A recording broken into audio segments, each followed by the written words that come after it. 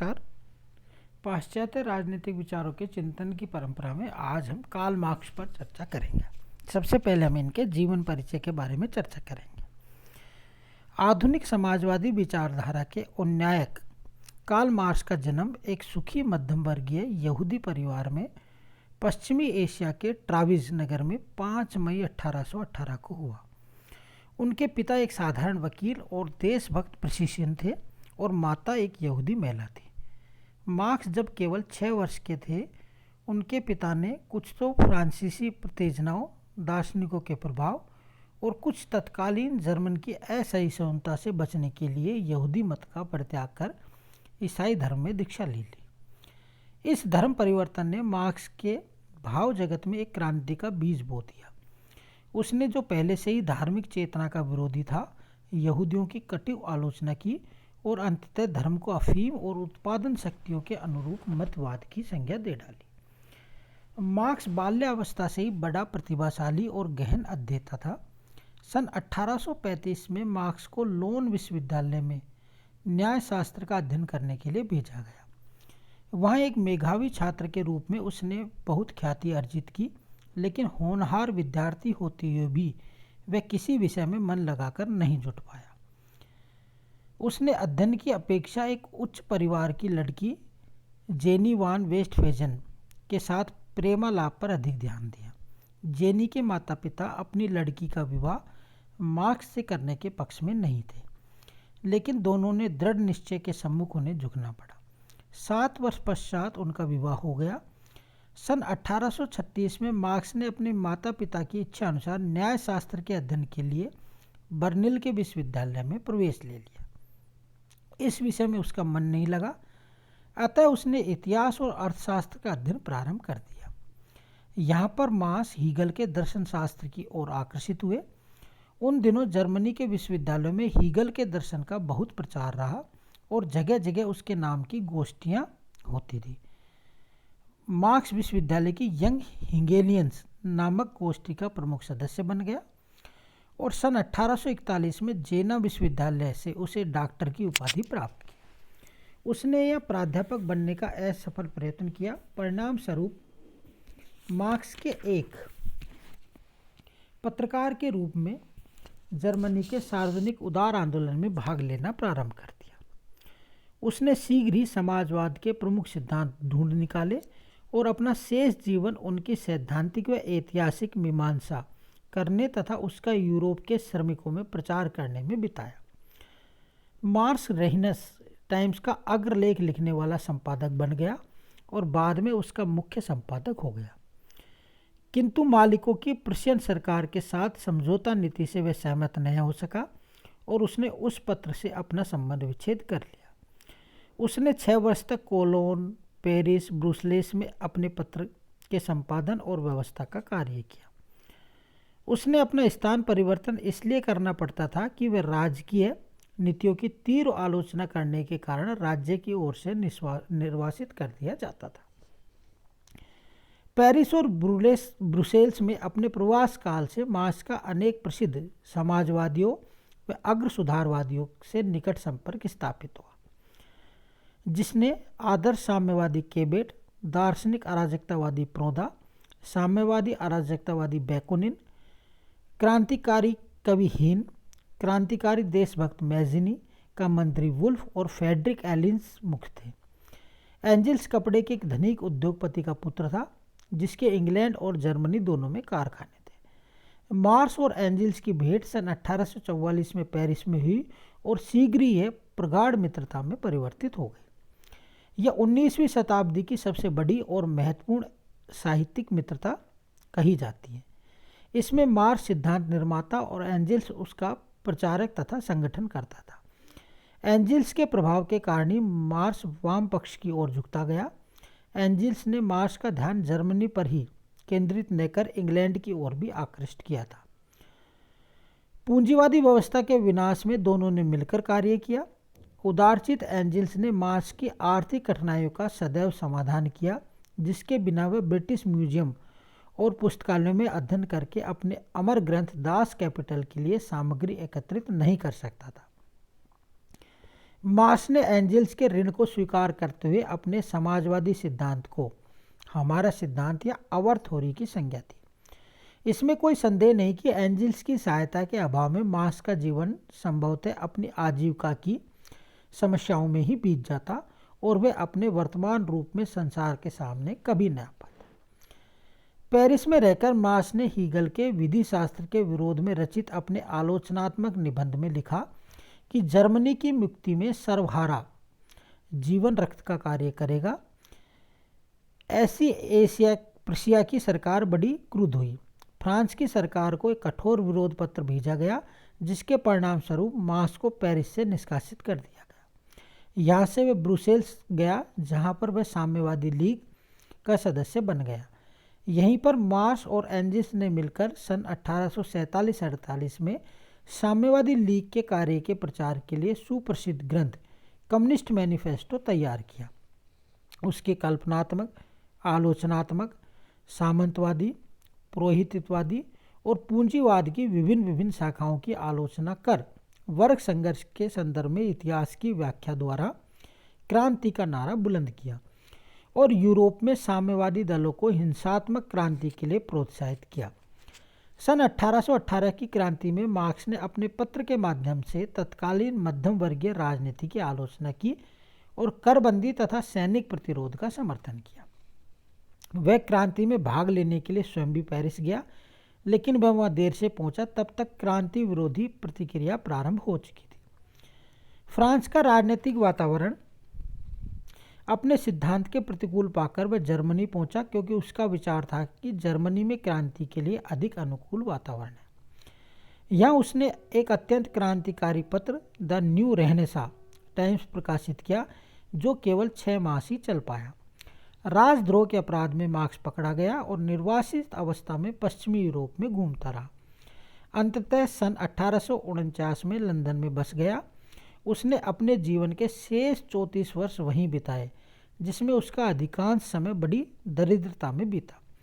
उसका जीवन अधिकांशतः एक शांतिप्रिय विद्वान के समान व्यतीत हुआ। यद्यपि सन 1864 में जो प्रथम समाजवादी अंतर्राष्ट्रीय संघ स्थापित हुआ, उसकी मुख्य प्रेरणा मार्क्स से ही मिली और तब से समाजवादी आंदोलन का वही प्रमुख नेता रहा।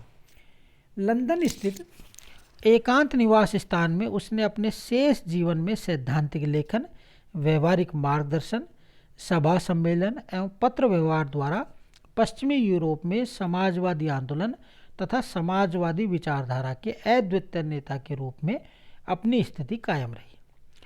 लंदन रह कई ब्रिटिश म्यूजियम में अनेक ग्रंथों का गहन अनुशीलन कर उसने दास कैपिटल के 3 खंडों और अतिरिक्त मूल्य के इतिहास के 3 खंडों की सामग्री एकत्रित की। मार्क्स समाजवाद पर कार्य करता हुआ ही लंदन में सन 1883 में देवलोक सिधार गया। मार्क्स की प्रमुख रचनाएं the poverty of philosophy, the communist manifesto, the critique of political economy, value, price and profit, Das Kapital, the civil war in France, class struggle in France. France के मार्क्स के ग्रंथों में सर्वाधिक विख्यात है दास कैपिटल। मार्क्सवाद का पूरा परिचय इसी ग्रंथ में मिलता है। इस पुस्तक को समाजवादी साहित्य पर सर्वश्रेष्ठ प्रामाणिक ग्रंथ, साम्यवादी सिद्धांतों की आधारशिला, श्रमिकों का धर्म ग्रंथ, Bible of the working class तथा धनिकों का दिमाग ठंडा करने वाला नुस्खा कहा जाता है। इस ग्रंथ का मूल विचार है कि उत्पादन के साधनों के केंद्रीकरण के फलस्वरूप मजदूरों का सामाजिकरण उस स्थिति पर पहुंच जाता है कि पूंजीवादी ढांचे से उसका मेल नहीं बैठता है और यह ढांचा या आवरण तोड़ दिया जाता है, जिससे व्यक्तिगत संपत्ति की समाप्ति हो जाती है। शोषण करने वाले खत्म कर दिए जाते हैं। पूंजीवादी युग की जगह औद्योगिक समाज का निर्माण होता है, जिसमें भूमि और उत्पत्ति के साधनों पर सामूहिक स्वामित्व रहता है। मार्क्स का दूसरा महत्वपूर्ण ग्रंथ है कम्युनिस्ट मैनिफेस्टो।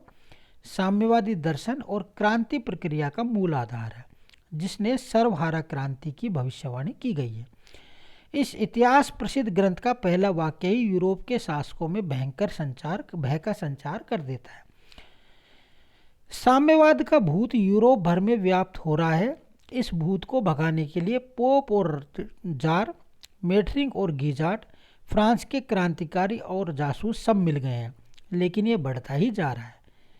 उसके अंतिम शब्द तो अंतर्राष्ट्रीय आंदोलन के लिए अमर हैं कि दुनिया के मजदूरों संगठित हो जाओ, अपनी बेड़ियों और दास्ता के सिवा तुम कुछ नहीं खोओगे, एक नई दुनिया प्राप्त करोगे। मार्क्स का क्रिटिक ऑन पॉलिटिक इकोनॉमी आर्थिक सिद्धांतों का दूसरा ग्रंथ है।